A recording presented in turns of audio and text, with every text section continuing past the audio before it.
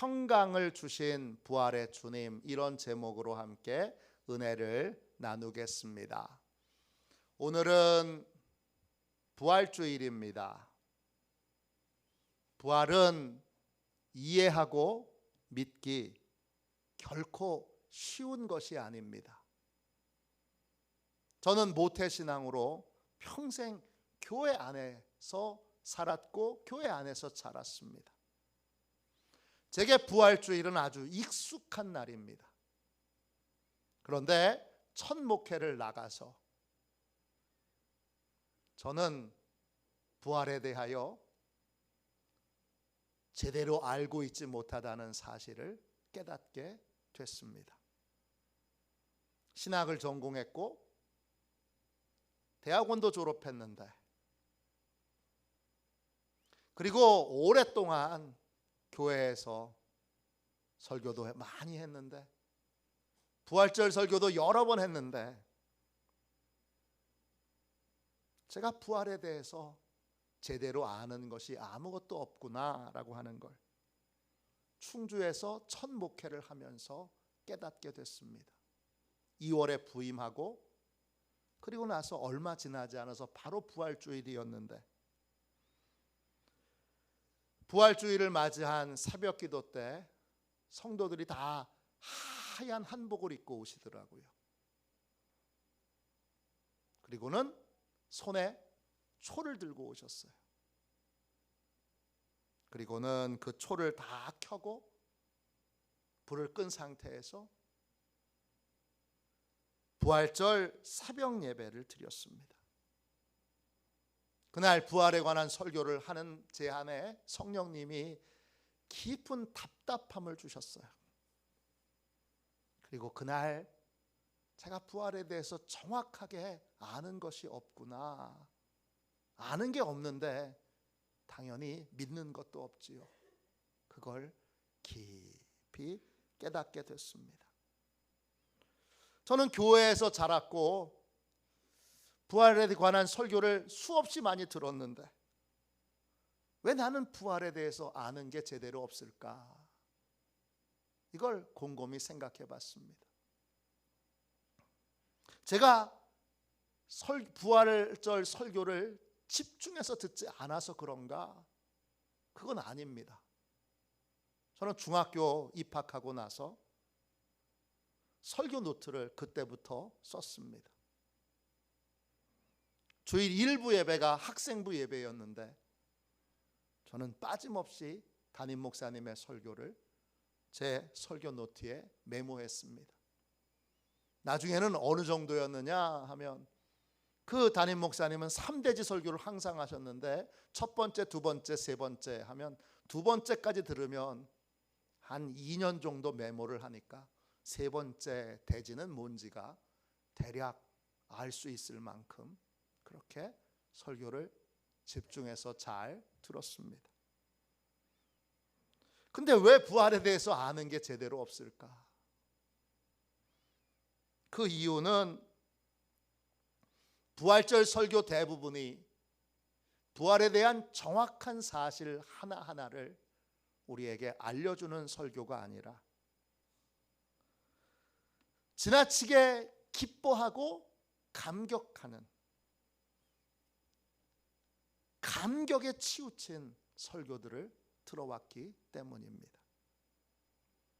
왜 부활을 기뻐해야 하는지, 부활이 뭔지 하나하나 설명해 주므로 부활을 이해하고 깨닫게 되며 그걸 통하여 기쁨을 누리고 감격하며 감사하게 되는 것이 아니라 그냥 좋은 일이 일어났으니까, 놀라운 일이 일어났으니까, 상상할 수 없는 신비한 일이 일어났으니까 함께 기뻐하고 함께 감사해야 한다는 식의 설교를 제가 늘 들어왔던 것입니다. 그때의 기억을 떠올리면서 저는 부활절 설교를 매우 논리적으로 그리고 하나하나 개념을 이해시키는 것으로 지금까지 설교를 해오고 있습니다. 몇 년 전에 덕신고등학교 부활절 예배 설교를 부탁받았습니다. 예배를 준비하는 교목 목사님께 제가 말씀드렸습니다. 아주 화려하게 많은 영상과 이런 걸 동원해서 설교를 준비하고 예배를 준비하려고 했던 그 교목 목사님께 아주 단순하게 예배를 드리자고 했습니다. 저는 그날 아주 단순하고 논리적으로 부활이 뭔지 우리 학생들에게 설명하고 이해시키는 설교를 했습니다. 부활이 뭡니까? 부활을 왜 믿어야 합니까?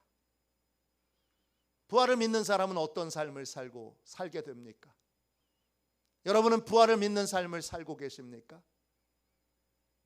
이런 질문에 대하여 아주 짧은 시간이었지만 학생들에게 설명해 주는 그러한 시간을 가졌고, 학생들뿐만 아니라 교직원들도 그 이후로 제게 여러 차례 목사님 이런 설교는 처음 들어봤어요. 또 학생들 중에는 목사님 제가 이제 부활을 잘 이해하게 됐어요. 그리고 제가 부활을 이제 믿게 됐어요. 고백하는 친구들이 있었습니다. 부활을 정확하게 이해하지 못하면 부활을 믿을 수도 없고 부활에 대한 진짜 감격도 진짜 기쁨도 누릴 수 없습니다. 오늘도 마찬가지입니다. 오늘도 부활에 대한 최대한 간단한 설명과 덧붙여 부활이 왜 놀라운 기쁨과 감격이 되는지에 대하여 함께 나누는 귀한 시간을 갖고자 합니다. 할렐루야. 오늘 읽은 말씀은 요한이 증언한 부활의 이야기입니다. 요한이 전한 부활 증언의 가장 큰 특징은 부활이 무엇인지 이해하는데 시간과 은혜가 필요하다는 것입니다. 요한은 예수님께서 부활하신 날의 하루를 아주 길게 그리고 소상하게 자세히 소개합니다. 안식 후 첫날 새벽에 부활을 처음 목격한 사람은, 정확하게 말하면 무덤이 비어 있다는 걸 제일 먼저 목격한 사람은 막달라 마리아입니다. 그녀는 예수님의 무덤이 비어 있는 사실을 발견하고 제자들에게 달려가서 그 사실을 알려줍니다.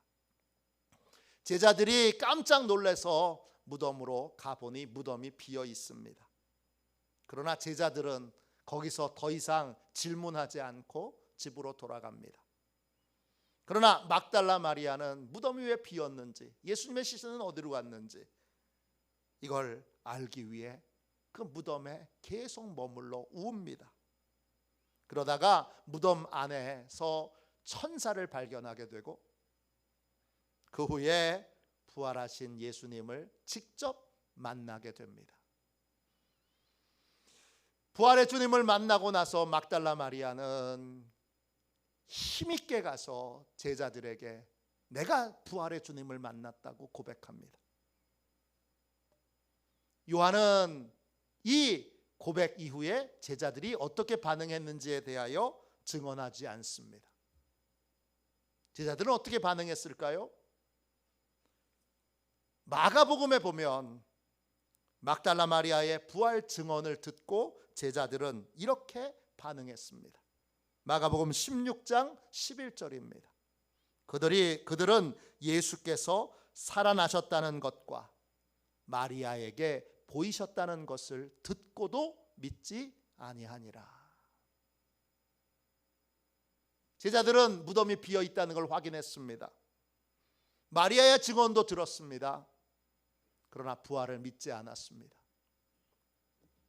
그리고 예수님의 부활하신 저녁이 되었습니다.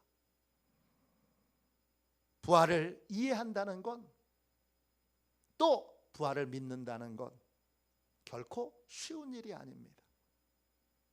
부활을 제대로 이해하고 부활을 온전히 믿으려면 시간도 필요하고 또 성령의 강력한 은혜도 필요합니다.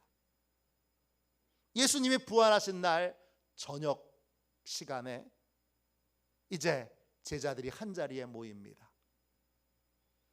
유대인의 안식일은 토요일입니다. 정확히 말하면 금요일 저녁 6시부터 토요일 저녁 6시까지입니다. 유대인들은 저녁부터 하루를 시작하기 때문입니다. 안식일이라는 말은 헬라어 원어로 보면 일곱째 날이라는 뜻입니다.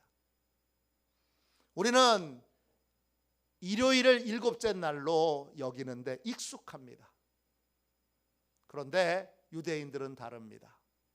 유대인들은 토요일이 일곱째 날이고 정확하게 말하면 금요일 저녁 6시부터 토요일 저녁 6시까지가 바로 일곱째 날 안식일입니다. 안식 후 첫날이라는 말은 안식일이 다 끝나고 한 주의 첫날, 새로운 한 주가 시작된 그 첫날을 의미합니다. 유대인들의 개념으로 보면 토요일 6시부터 저녁 6시부터 일요일 저녁 6시까지의 시간입니다.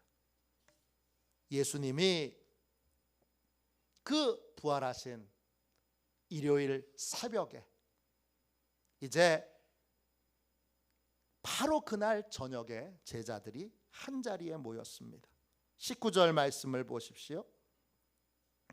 이날 곧 안식 후 첫날 저녁 때에 제자들이 유대인들을 두려워하여 모인 곳에 문들을 닫았더니 예수께서 오사 가운데 서서 이르시되 너희에게 평강이 있을지어다. 제자들은 일요일 저녁에 모였지만 늦은 저녁은 아닙니다. 왜냐? 6시를 넘겨서는 다음 날로 넘어가기 때문에 6시 전에 모인 것입니다. 이른 저녁에 모인 제자들은 이미 말씀드린 대로 무덤이 비어 있다는 것도 발견했고 예수님이 부활하셨다는 믿을 수 있는 증언도 들었지만 예수님의 부활을 믿지 않는 상태였습니다. 그들은 예수님처럼 자신들도 성난 유대인들에게 끌려가서 예수님과 똑같은 비참한 최후를 맞이하지 않을까 깊은 공포를 느끼고 있었습니다. 그래서 문이란 문은 다 잠그고, 잠근다는 말은 빗장을 쳤다는 뜻입니다. 빗장을 다 치고 은밀하게 조용히 만나고 있었습니다. 제자들은 공포에 주눅들고 있었습니다. 그들은 매우 소심했고 작은 것에도 크게 놀라고 있었습니다. 그런데 그들에게로 예수님이, 부활하신 주님이 찾아오셨습니다. 그들의 잠근 문을 뚫고 주님이 찾아오신 것입니다. 용언의 증언에 의하면 비로소 제자들은 그때에서야 처음으로 부활의 날 새벽이 아니라 낮이 아니라 오후가 아니라 이른 저녁이 돼서야 비로소 부활의 주님을 만나게 됩니다. 제자들에게 나타난 이 부활의 주님을 통해 우리는 부활이 무엇인지를 알게 됩니다. 부활이란 무엇입니까? 첫 번째, 부활이란 영이 아니라 육체가 다시 살아나는 것입니다. 부활하신 주님은 제자들에게 자기 몸을 보라고도 하셨고, 그리고 일부 제자에게는 만져보라고도 하셨고, 도마에게는 옆구리에 난 예수님의 창자국에 손을 넣어보라고도 하셨습니다. 예수님의 부활은 영의 부활이 아닙니다. 예수님의 부활은 육체가 다시 살아난 것입니다. 두 번째, 예수님의 부활은 무엇입니까? 예수님의 부활은 죽었다가 다시 살아나서 영원히 죽지 않는 것입니다. 죽었다가 다시 살아나는 걸 우리가 부활이라고 부르지 않습니다. 왜 그렇습니까? 결국 다시 죽을 거기 때문입니다. 지금까지 죽었다가 살아난 사람은 많습니다. 현대 의학이 발달되면서 전기 충격기가 생겨나면서 임사 체험을 한 사람들이 많습니다. 한마디로 천국 갔다 온 사람, 지옥 갔다 온 사람들이 많습니다. 그러나 이들이 다시 살아난 것을 우리가 부활이라고 부르지 않습니다. 왜 그렇습니까? 그들은 결국 다시 죽을 거기 때문입니다. 이들은 생명이 연장된 것이지 부활은 아닙니다. 부활은 육체가 다시 살아나서, 죽었던 육체가 다시 살아나서 영원히 죽지 않는 것입니다. 그럼 부활의 주님은 지금 살아계시네요? 네, 지금 생생하게 살아 계십니다. 우리는 죽은 분을 예배하는 자들이 아니라 지금 살아계신, 생생하게 살아계신 분을 예배합니다. 세 번째 부활은 뭡니까? 부활의 육체는 지금의 우리의 육체와 다릅니다. 부활하신 예수님을 마리아는 처음에 알아보지 못했습니다. 왜 알아보지 못했습니까? 다른 모습이기 때문입니다. 부활하신 주님이 문을 뚫고, 잠겨진 문을 뚫고 안으로 들어오셨습니다. 어떻게 문을 뚫고 들어오실 수 있습니까? 지금 우리의 육체와 다르기 때문입니다. 어떻게 다릅니까? 부활의 육체는 여러분 늙지도 썩지도 죽지도 않는 몸입니다. 고린도전서 15장 42절입니다. 죽은 자의 부활도 그와 같으니 썩을 것으로 심고 썩지 아니할 것으로 다시 살아나며. 부활의 몸은 늙지 않습니다. 부활은 다시 태어나는 게 아닙니다. 부활의 육체는 탄생과 죽음을 경험하지 않습니다. 부활은 순식간에 일어납니다. 그 부활의 몸은 지금 육체하고는 전혀 다른 몸이고 늙지 않을 뿐만 아니라 죽지도 않습니다. 부활의 몸은 죽지 않는 몸이고 신령한 몸이고 그리고 하늘의 형상을 가진 몸입니다. 네 번째, 부활은 그렇다고 새로운 존재가 되는 것은 아닙니다. 부활은 내가 완전히 다른 존재가 되는 것이 아닙니다. 부활하신 예수님은 죽기 전에 모든 기억들을 또렷하게 하고 계십니다. 또 예수님의 부활의 육체에는 죽기 전에 흔적들, 못자국, 창자국이 그대로 있습니다. 부활은 이전 생애를 산 사람이 영원히 죽지 않는 몸으로 변화되는 것입니다. 이전 생애와 전혀 상관없는 그러한 새로운 존재로 다시 태어나는 것이 아닙니다. 마지막 다섯 번째로, 부활은 장차 우리에게 일어날 일입니다. 부활은 예수님에게만 일어났던 일회성의 사건이 아닙니다. 장차 모든 사람에게 부활은 일어납니다. 모든 사람은 예수님처럼 부활하게 되는데 예수님은 부활의 첫 열매가 되십니다. 고린도전서 15장 20절부터 22절입니다. 이제 그리스도께서 죽은 자 가운데서 다시 살아나사 잠자는 자들의 첫 열매가 되셨도다.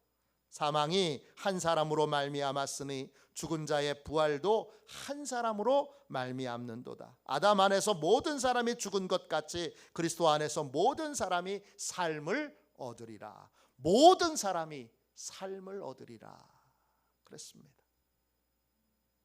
예수님이 부활하신 것처럼 우리도 다 부활하게 됩니다. 그런데 예수 믿는 자의 부활과 예수 믿지 않는 자의 부활은 다릅니다. 순서부터 다릅니다. 부활은 어떤 순서로 이루어질까요? 고린도전서 15장 23절 24절입니다. 각각 자기 차례대로 드리니 먼저는 첫 열매인 그리스도요, 다음에는 그가 강림하실 때에 그리스도에게 속한 자요, 그 후에는 마지막이니 그가 모든 통치와 모든 권세와 능력을 멸하시고 나라를 아버지 하나님께 바칠 때라. 맨 처음 예수님이 부활하셨고 그 다음에 믿는 자들의 부활이 있습니다. 믿는 자들이 먼저 부활하여, 용서받은 자들이 먼저 부활하여 재림하시는 주님과 함께 공중에 들려져서 함께 세상을 통치하는 통치자로 내려오게 됩니다. 그리고 세 번째, 믿지 않는 자들의 부활이 있습니다. 이걸 우리가 심판의 부활이라고 부릅니다. 부활은 결국 크게 두 가지가 있습니다. 예수 믿는 자의 부활과 예수 믿지 않는 자의 부활입니다. 이걸 요한복음 5장 28절부터 여러분 29절까지는 이 부활을 생명의 부활과 심판의 부활이라고 부릅니다. 사도행전에서는 이런 부활을 의인의 부활과 악인의 부활이라고 부릅니다. 사도행전 24장 15절입니다. 그들이 기다리는 바 하나님께 향한 소망을 나도 가졌으니 곧 의인과 악인의 부활이 있으리라 함이니이다. 부활에는 두 종류의 부활이 있습니다. 의인의 부활과 악인의 부활입니다. 의인의 부활은 예수 믿고 죄 용서함 받은 자의 부활입니다. 이들은 예수님께서 죄값을 다 치르셨기에 부활하여 영광과 상급을 받게 됩니다. 악인의 부활은 죄가 그대로 남아 있으니까 부활하여 지은 죄에 따라 영원한 형벌을 받게 됩니다. 초대교회 성도들은 극한 박해 중에도 예수님을 믿는 믿음을 포기하지 않았습니다. 그 사람들은 도대체 왜 포기하지 않은 거죠? 왜 사자밥이 되고 왜 화형을 당해도 그들은 믿음을 지켰을까요? 그들의 믿음의 핵심이 뭐죠? 영광의 부활에 참여하는 것입니다. 생명의 부활, 영광의 부활이 자기들 앞에 자기의 죽음 이후에 기다리고 있다는 사실을 잘 알았기 때문에 그들은 어떤 핍박과 어떤 환난이 있더라도 영광의 부활에 대한 소망을 놓치지 않고 믿음의 박해를 피하지 않고 견뎌냈던 것입니다. 히브리서 11장에 보면 이 영광의 부활을 소망한 사람들의 삶이 소개되어 있습니다. 이들은 고문을 당하고 조롱과 채찍질을 당하고 결박되어 옥에 갇혀도 영광의 부활에 대한 믿음과 소망을 포기하지 않았습니다. 심지어는 돌에 맞아 죽고 몸이 톱으로 켜는 고통을 당해도 각종 시험과 칼로 죽임을 당해도 그들은 영광의 부활을 포기하지 않았습니다. 그들은 믿음을 지키기 위해 삶의 터전에서 쫓겨나고 궁핍과 환난과 학대를 받아도 평생 광야와 산과 동굴과 토굴 속에 살아도 끝까지 영광의 부활에 대한 믿음을 포기하지 않았습니다. 이들은 더 좋은 부활, 영광의 부활, 생명의 부활을 위해 기꺼이 자기의 생명을 하나님께 드렸습니다. 히브리서 11장은 이렇게 말합니다. 더 좋은 부활을 위해 그들은 고문받는 것을 살려달라고 구차히 빌지 않았다 했습니다. 히브리서 11장은 이런 사람들을, 생명의 부활과 영광의 부활을 소망하는 바로 그 사람들을 믿음의 사람들이라고 부릅니다. 이것이 부활입니다. 이 부활의 주님을 제자들이 만났을 때, 그러면 제자들은 왜 기뻤을까요? 뭐가 기쁜 거예요 도대체? 왜 기쁜 거예요? 요한복음 20장 20절을 보십시오. 도대체 뭐가 기쁜 거죠? 이 말씀을 하시고 손과 옆구리를 보이시니 제자들이 주를 보고 기뻐하더라 그랬습니다. 부활의 주님이 제자들에게 평화의 인사를 전합니다.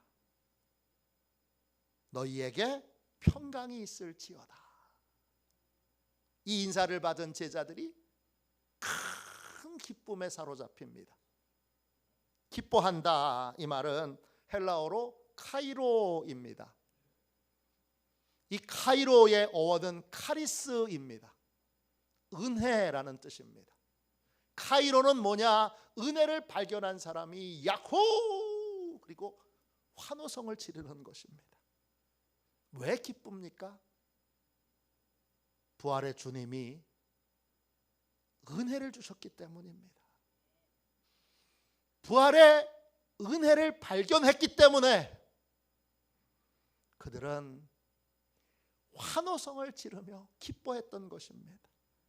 구체적으로 어떤 은혜입니까? 첫 번째, 용서의 은혜입니다. 부활의 주님이 건넨 평화의 인사, 너희에게 평강이 있을지어다. 이 평강은 용서받은 자에게 하는 인사입니다. 죄인에게는 너희에게 평강이 있을지어다 그러지 않습니다. 너희에게 평강이 있을지어다, 이건 용서받은 자를 향한 인사입니다. 19절 말씀을 다시 읽어보겠습니다. 이날 곧 안식 후 첫날 저녁 때에 제자들이 유대인들을 두려워하여 모인 곳에 문들을 닫았더니 예수께서 오사 가운데 서서 이르시되 너희에게 평강이 있을지어다. 평강의 인사는 용서의 선포입니다. 죄는 여러분 크게 두 종류의 죄가 있습니다. 예수 믿지 않는 자의 죄가 있고 예수 믿는 자의 죄가 있습니다. 예수 믿지 않는 자의 죄는, 가장 심각한 죄는 예수 믿지 않는 겁니다. 이들은 하나님의 구원을 멸시한 죄가 있습니다. 이들은 스스로 자기를 구원할 수 있다고 믿는 교만의 죄가 있습니다. 자신이 죄인임을 알지 못하는 무지의 죄가 있습니다. 자신이 죄인임을 알면서도 감추고 숨긴 거짓의 죄가 있습니다. 그리고 이 죄로부터 많은 죄들이 나오게 됩니다. 용서의 은혜를 받으려면 내가 죄인인 것을 깨달아야 합니다. 내 힘으로 구원받을 수 없다는 걸 깨달아야 합니다. 오직 예수 그리스도의 은혜로만 구원받을 수 있다는 걸 깨달아야 합니다. 오직 내 죄를 대신해서 십자가에 죽으신 예수 그리스도의 은혜로만 용서받을 수 있다는 걸 깨달아야 합니다. 구원의 진리를 깨닫도록 구원의 복음을 전하는 사람이 전도자입니다. 그리고 전도자가 복음을 전할 때 그 마음의 진리를 깨닫게 하시는 분은 성령님이십니다. 우리는 전도자의 수고와 성령님의 은혜로 구원의 진리를 깨닫게 됩니다. 그리고 구원의 진리를 깨달은 사람은 예수님을 나의 주님, 나의 하나님으로 영접하게 됩니다.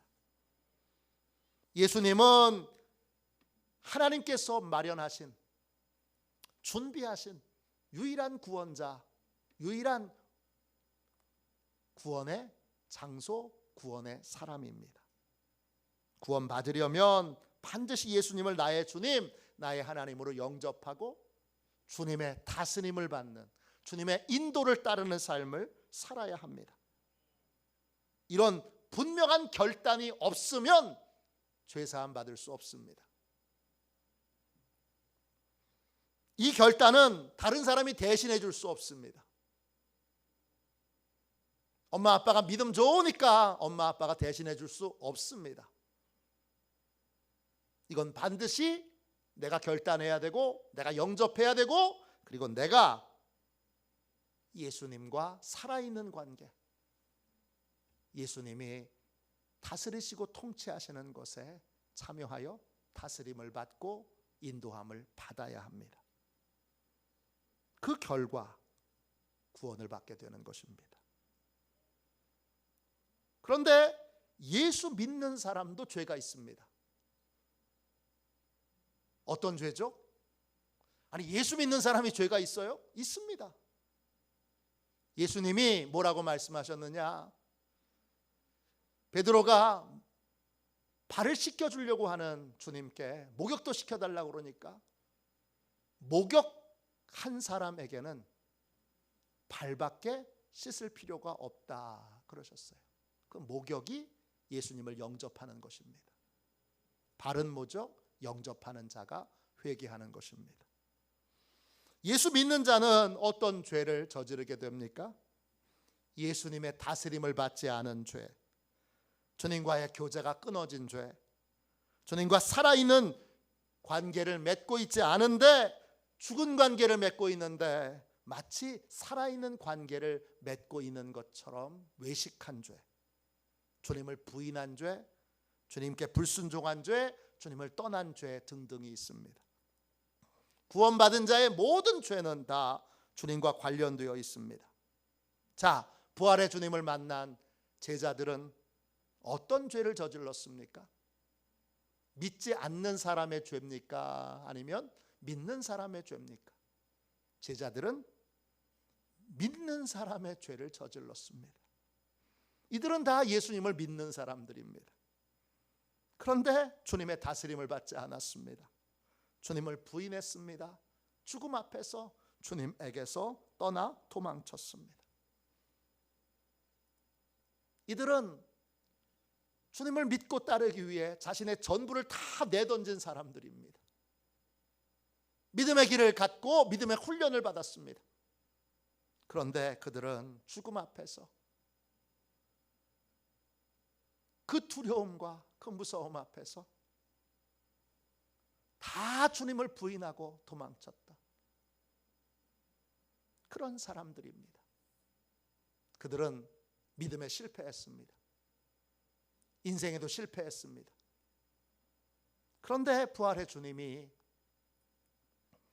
만나서 그들을 책망하거나 나무라지 않으십니다. 야, 너희 왜 그랬어? 왜 그거밖에 안 돼? 창피하지 않아? 그렇게 말씀하시지 않습니다. 주님이 그들에게 이렇게 인사합니다. 너희에게 평강이 있을지어다. 평강이라는 말이 헬라어로 에이레네입니다. 뜻은 무슨 뜻이냐? 하나 되어 있다, 연합해 있다, 이런 뜻입니다. 너희에게 평강이 있을지어다, 이 말은 이런 뜻입니다. 너희가 나를 떠났어도, 너희가 나를 배신했어도 나는 단 한 번도 너희를 떠난 적이 없었다. 제자들이 주님을 배신했어도 주님은 변함없이 그들을 돌보셨고 그들을 사랑하셨고 그들을 위하여 한결같은 은혜를 베풀어 주셨습니다. 사랑하시되 끝까지 사랑하셨습니다. 그리고 부활의 주님은 그들에게 몸에 새겨진 못자국과 창자국을 보여주십니다. 무슨 의미입니까? 믿지 않는 자의 죄뿐만 아니라 믿는 자의 죄도 내가 다 짊어졌고, 그리고 믿는 자의 죄도 내가 다 담당하여 죄값을 치렀다, 이런 뜻입니다. 주님은 제자들의 연약함을 아셨습니다.